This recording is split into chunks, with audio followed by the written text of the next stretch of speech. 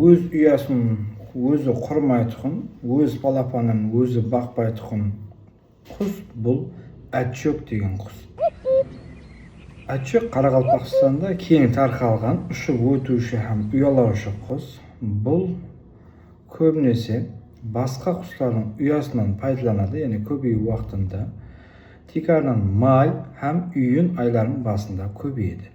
Бұл 4-6 мәйектен хәттегі 12 мәйекке дейін басқа құстардың ұяларына мәйектерін тез туып кетеді. Бұл мәйек туу тезлігі 9-10 секундқа дейін барады, хәттегі 6 секундта ол мәйектерін туып кетуі мүмкін. Мәйеклер ол құстардың мәйеклеріне жүзді ұқсас болғандығы үшін, бұны ол шымшық тәрізді құстар ол мәйеклерді айыра алмайды. 11-12 күннен кейін мәйектен палапалар шығып бастайды.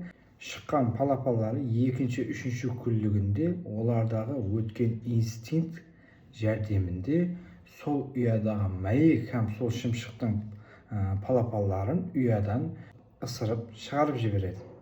Нәтижеде ұяда бір өзі пәруәрішленеді, яғни сол шымшық өгей анасы ол әтшөкті ұшып кетемен дегенше бағып үлкейтеді.